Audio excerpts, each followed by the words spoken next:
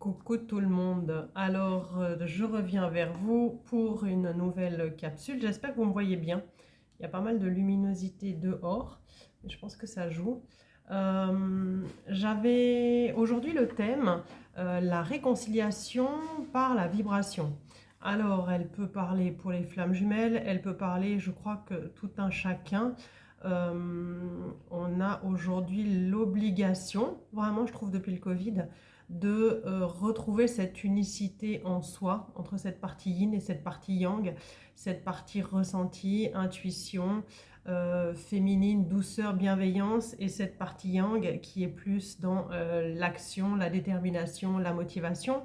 Et en fonction des personnes, eh bien, l'énergie féminine, en général les femmes, eh bien, on est plus connecté à cette féminité, à cette part yin de nous, et on a ce petit point de yang à l'intérieur de nous, alors que les yang, les hommes, j'ai envie de dire, ont cette énergie yang, cette énergie entrepreneuriale, et ont cette petite partie de yin.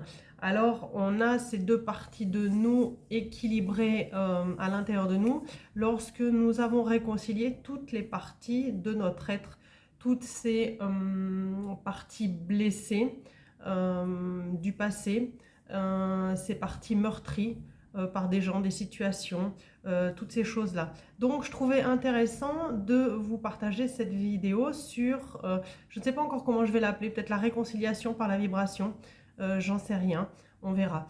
Je me présente, je m'appelle Aude Vallotton, je suis médium, coach, thérapeute, énergéticienne. Je fais aussi des soins énergétiques à distance. Auteur du livre Rebondir, se comprendre et s'aimer, parce que longtemps en parcours de flamme jumelle, mais je ne le savais pas, eh bien j'ai écrit un livre jusqu'au processus de qu'est-ce que la mission d'âme. Donc je rigole toujours parce que je me disais, mais je ne comprenais pas ce parcours et tous les défis que j'avais eu à relever jusque-là. Et quand la source a été intelligente, elle m'a mis sur le chemin de l'éveil à ce parcours de flamme jumelle. Enfin, la source m'a dit, voilà, maintenant tu peux savoir. Heureusement qu'elle me l'a dit qu'à ce moment-là, parce que j'aurais pas voulu le savoir avant. Je répondais à une personne qui m'a écrit dans les commentaires, c'est vrai qu'en fonction de ce qu'on voit sur la toile, eh bien, on pourrait se perdre, et que certaines vidéos puissent nous induire en erreur. Oui, soyez toujours vigilants avec votre libre arbitre, surtout quand on a tendance à vraiment aller chercher l'info à l'extérieur. De nouveau, je rends attentive, même moi je ne suis pas ni Dieu ni la Vierge, c'est mon expérience, il y a des choses qui vous parleront. C'est vrai que je parle du concret, parce que moi la théorie, je vais dire un mot que RAP, rien à péter. Je trouve que de la théorie, il y en a plein. Je vais pas dénigrer les gens qui mettent pas leur tête dans leurs vidéos, mais c'est facile de lancer des messages et de ne pas les assumer et de se cacher derrière des images. Je ne discute pas des autres, je parle de moi, de mon authenticité et de ce que j'ai l'envie de transmettre sur cette chaîne. Peut-être ça peut plaire, peut-être ça ne peut ne pas plaire. Voilà, en fin de compte, je m'en fiche, c'est les messages que j'ai à transmettre. Et pour l'instant, je vous remercie parce qu'ils ont tous été positifs. Et en tout cas, le but de cette chaîne, c'est de partager et d'avancer. Parce que longtemps, je suis restée dans un trou noir, en n'ayant aucune info sur comment je devais avancer, et qu'aujourd'hui il y a des choses ou des personnes voilà, qui parlent de leur parcours d'éveil, qui parlent de leur chemin, et on a des similitudes sur les chemins initiatiques.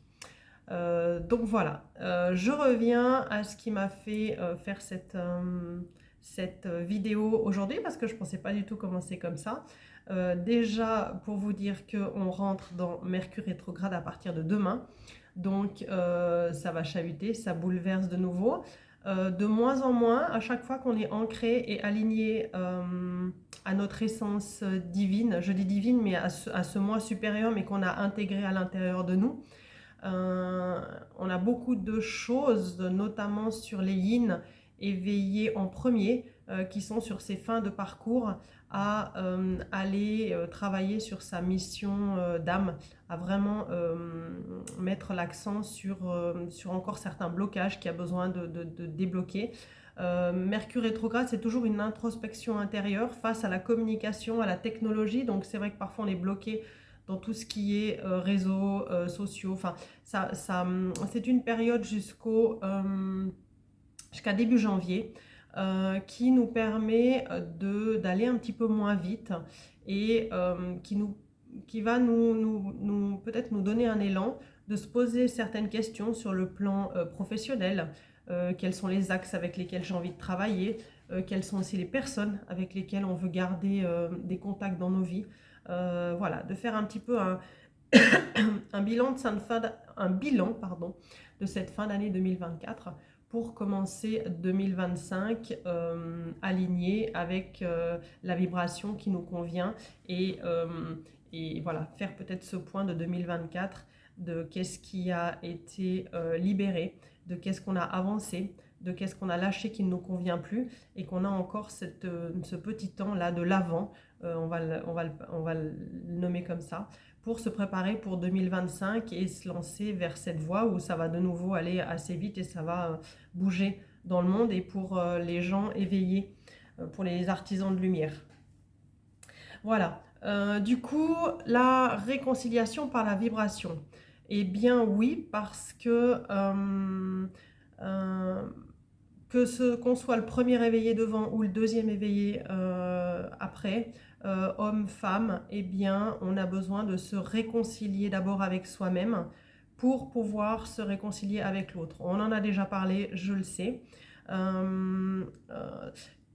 La réconciliation, quelque part, elle va se passer différemment que comme on peut se réconcilier dans la vie. La réconciliation va être par la vibration. Ce qui veut dire que sur ce parcours de flamme jumelle, si vous êtes réellement en parcours de flamme jumelle, eh bien, la réconciliation va déjà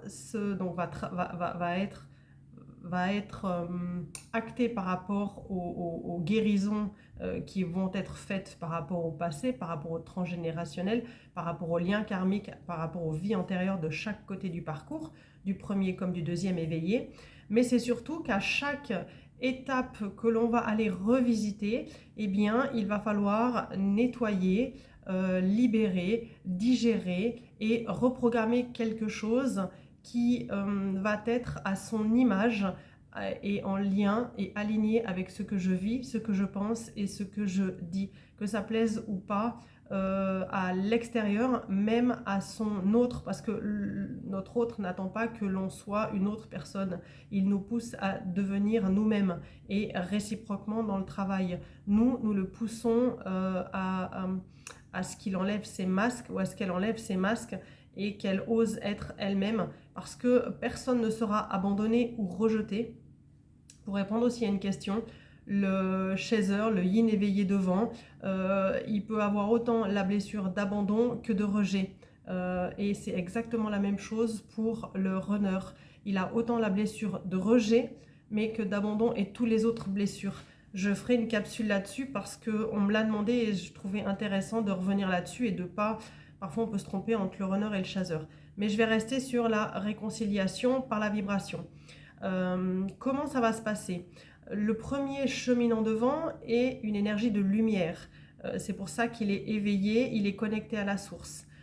C'est la place qu'il a aussi dans ce couple par rapport à sa dominance intérieure. Le yang, lui, est la partie sombre quelque part. Et en lui, c'est cette partie sombre. Et c'est pour ça qu'il a besoin de revenir vers sa lumière et vers son intuition.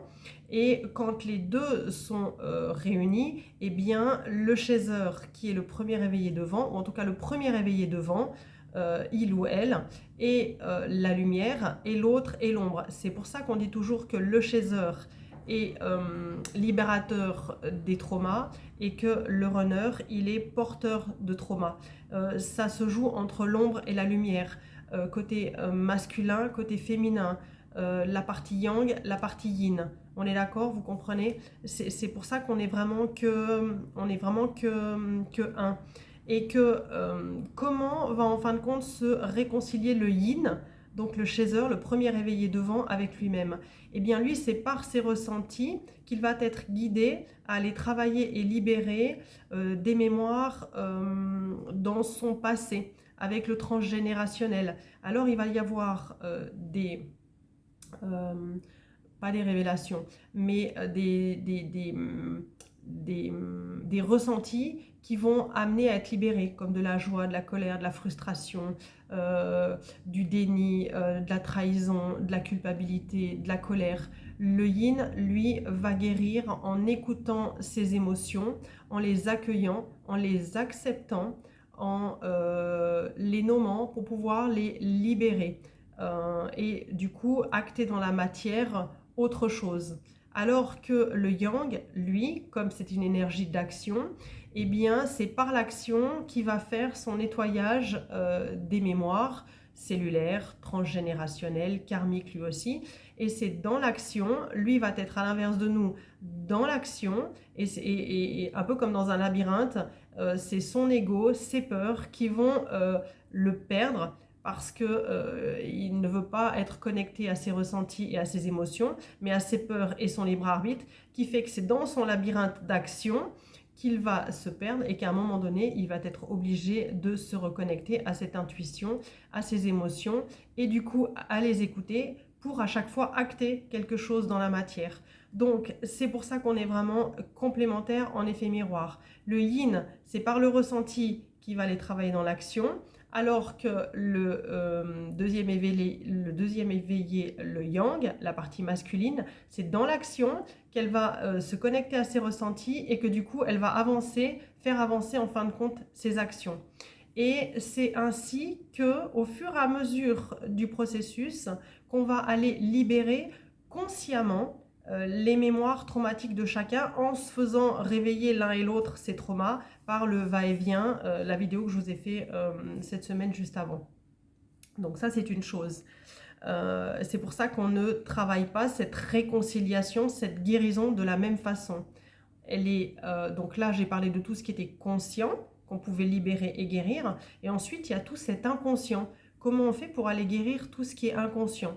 Pour le yin, eh bien, l'inconscient va se réveiller au fur et à mesure du parcours par des rêves, par des personnes de sa famille qui vont peut-être dire des choses qu'elles n'ont jamais dites, par les guides, par son âme, qui va peut-être même comme mettre des flashs à des moments ou qui va l'aiguiller à aller chez un thérapeute. Parfois j'entends des personnes qui me disent mais je sais pas pourquoi Aude, j'ai été amenée et guidée à venir chez toi, je sais même pas pourquoi je viens. Eh bien le yin, lui voilà, va être guidé dans son processus par la source vers des personnes, vers des choses vers lesquelles ou inconsciemment eh bien, il est guidé pour aller nettoyer certaines mémoires. Et au fur et à mesure qu'il va accueillir, travailler et nettoyer, accompagner ou non accompagner. Alors c'est vrai que quand c'est la partie inconsciente, seule, c'est plus compliqué et que l'on a besoin d'un thérapeute, d'un coach, voilà, pour pouvoir avancer et débloquer ces parties non conscientes. Et du coup, eh bien pour le deuxième éveillé, le runner, les choses vont se passer un petit peu de la même façon, mais par synchronicité. La source va le pousser lui aussi à être confronté à des situations qui, à un moment donné, il va lui faire des liens dans la matière et aller pouvoir, en tout cas, se poser des questions, puisque lui, le réveil va vraiment se faire, comme il distille tout par son autre tout au long de ses traumas inconscients, hein, cette libération inconsciente qu'il envoie à son chaser devant, et bien lui, c'est vraiment au moment du réveil et aussi dans les nuits noires de l'âme qu'il va comme avoir des flashs et des visions sur ces parties inconscientes qui vont émerger et qui seront en lumière par la source. Mais ce sera pour lui souvent des synchronicités de revivre toujours la même chose et de se poser des questions. Donc, si vous tournez le dos les chasers, les premiers réveillés, si vous tournez le dos à votre runner, à l'énergie yang qui est en face de vous, c'est que vous avez encore besoin de travailler des choses par rapport à votre énergie masculine à l'intérieur de vous.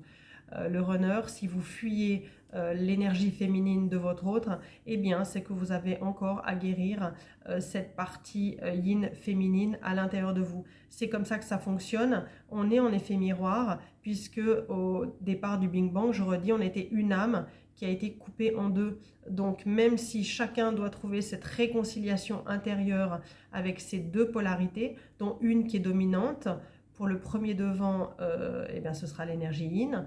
Pour le deuxième, le runner, eh bien, ce sera son énergie yang.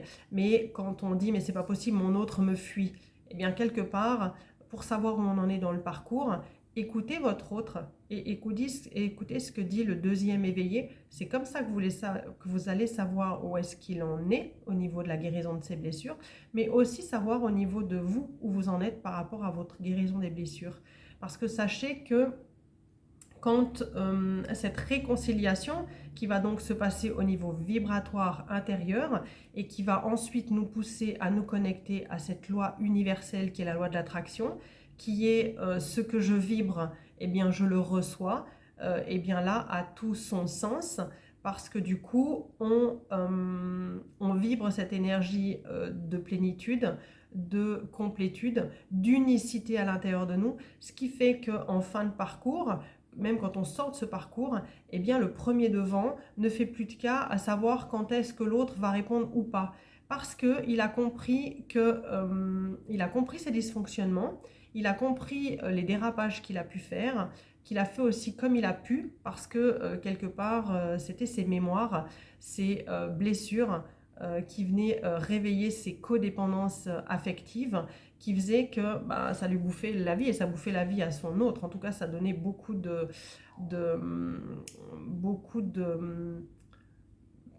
stress à l'autre, d'être à la hauteur de cet amour et qu'il n'y a que lui, quoi, et que sans lui, on ne peut pas vivre. C'est compliqué, ça. Pour l'autre, c'est une charge qui est importante émotionnellement, énergétiquement, mentalement. Donc les runners, ils le disent en séance, hein, et le chaser ne se rend pas forcément compte à quel point il est dans ce déséquilibre-là. Comme le runner qui, lui, ne se rend pas compte à quel point il est dans son déséquilibre relationnel et qui donnerait sa chemise pour ne pas être rejeté. Mais pour revenir dans cette réconciliation dont je parlais, c'est que, eh bien, on la vibre à l'intérieur de nous et que du coup, elle se dessine dans la matière et qu'au fur et à mesure, eh bien, son autre, il revient à nous. Et il ne revient pas comme on a l'envie qu'il revienne pour compenser nos blessures et nos manques, mais on l'accepte tel qu'il est. Donc quand il répond, il répond. Quand il ne répond pas, il ne répond pas. Et souvent, c'est des choses qui, en fin de parcours, vont perturber le deuxième éveillé, parce que c'est là qu'ils vont se rendre compte que leur autre a évolué, a changé. Et à eux, cette vibration, même sans se voir, parfois par message, mais même s'il y a séparation et qu'il n'y a pas de contact, eh bien c'est une vibration de lâcher prise que le premier envoie, j'en ai déjà parlé devant, et qui du coup fait que l'autre, eh bien, il se sent plus libre d'être lui-même dans cette relation. Et c'est pour ça qu'on parle de réconciliation, parce que l'autre est poussé à venir réconcilier, de se réconcilier avec cette part féminine, et que du coup il accepte l'insécurité de son autre, de son chaser devant. Mais tout se lie par une vibration, par une réconciliation intérieure, qu'il fait qu'on est simplement chacun nous-mêmes, et qu'on avance avec nos différences dans cette complémentarité. Donc ça, c'était important. C'est vraiment ce que j'avais l'envie de vous dire. Qu'est-ce qu'il y avait encore? Je crois que c'était tout. Oui, alors c'est pour ça que je dis toujours, le yin, eh bien lui va avancer par ses ressentis et faire des choix, alors que le yang fait un choix et va écouter ses ressentis. Donc on est vraiment, je l'ai fait en dessin, on est vraiment pareil. Voilà. Ou alors, je ne sais pas si vous le voyez comme il faut. Est-ce que ça va bien? Oui.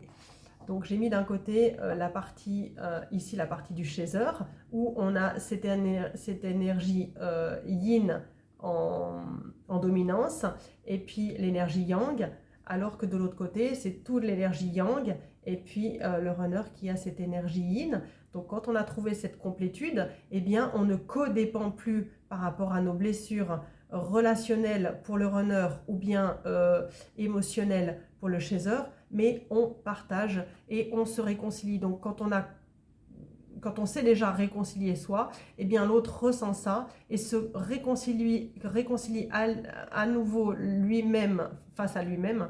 Et du coup, la réconciliation, elle se fait ensemble, en douceur. Chaque parcours est différent et à son rythme.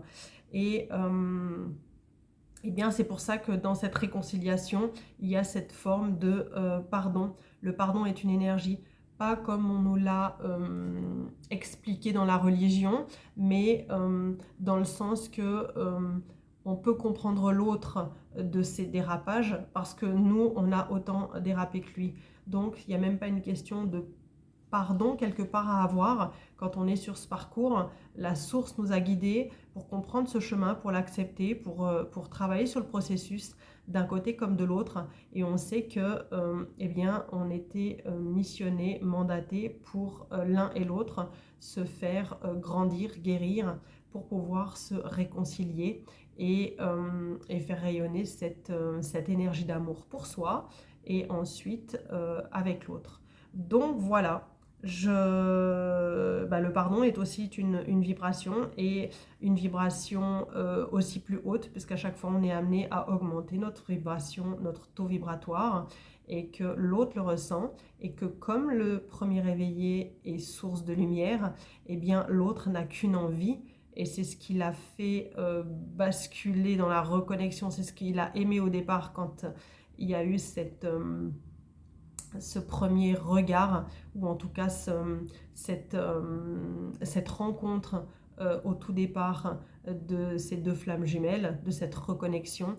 Et bien ce que le runner a aimé chez son autre, c'est sa lumière. Et le chaser, quelque part, ce qu'il a essayé de prendre en charge, c'est la noirceur dans laquelle pouvait être son yang. Et du coup, là, c'est ce qui se passe en fin de parcours. C'est le chaser qui, après que les runners aient bossé comme un taré, se soit sacrifié pour nous faire avancer sur nos blessures. Eh bien, il n'y a que notre lumière qui l'amène vers sa lumière à lui, et qui fait qu'on fait une lumière, on a notre rayonnement chacun, et ensuite dans le couple. Donc voilà, s'il y a besoin d'un coup de pouce, de vous aider par rapport à des blessures à guérir, conscientes, inconscientes, eh bien n'hésitez pas, vous avez tout sur mon mur, sur la page YouTube et sur mon site internet. Toutes les infos sont sur la chaîne. Je vous remercie, j'espère qu'elle a été intéressante cette vidéo, et je vous souhaite à tout bientôt une belle journée.